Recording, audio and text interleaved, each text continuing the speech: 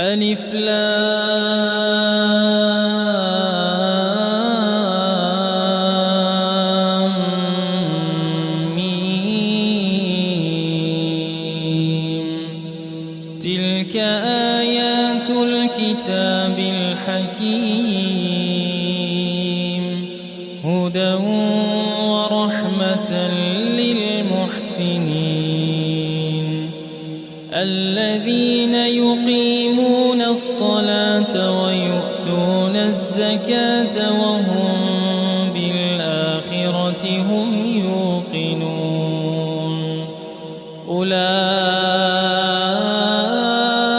على هدى من ربهم وأولئك هم المفلحون ومن الناس من يشتري لهو الحديث ليضل عن سبيل الله بغير علم ويتخذها هزوا أولئك لهم عذاب مهين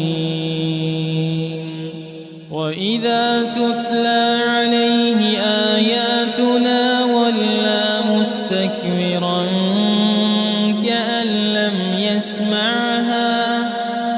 كأن لم يسمعها كأن في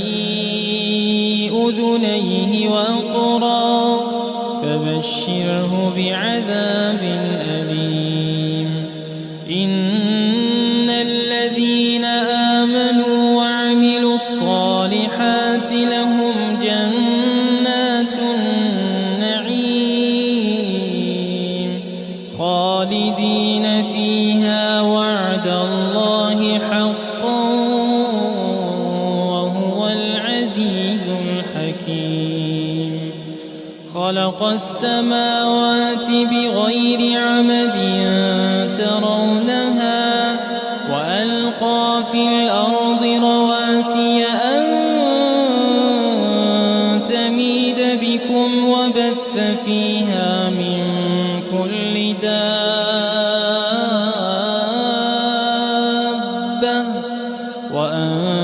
وأنزلنا من السماء ماء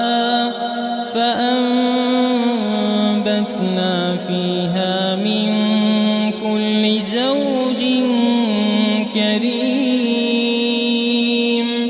هذا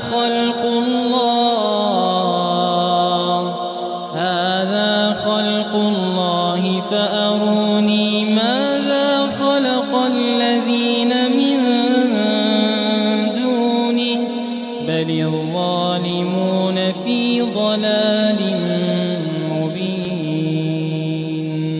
ولقد آتينا لقمان الحكمة أن اشكر لله ومن يشكر فإنما يشكر لنفسه ومن كفر فإن الله غني حميد وإذ قال لقمان لابنه وهو يعظه يا بني لا تشرك بالله إن الشرك لظلم عظيم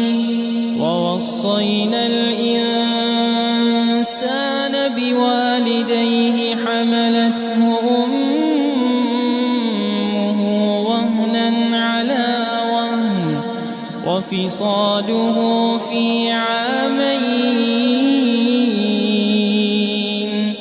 أن اشكر لي ولوالديك إلي المصير وإن جاهداك على أن تشرك بي ما ليس لك به علم فلا تطعهما وصاحبهما في الدنيا معروفا واتبع سبيل من أناب إلي ثم إلي مرجعكم فأنبئكم بما كنتم تعملون. يا بني إنها إن تك مثقال حبة من خردل فتكن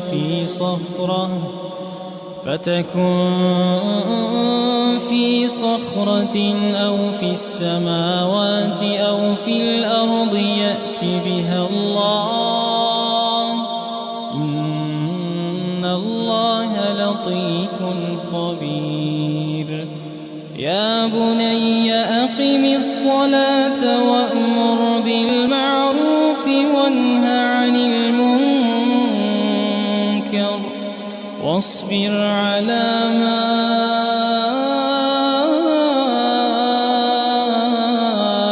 أصابك إن ذلك من عزم الأمور.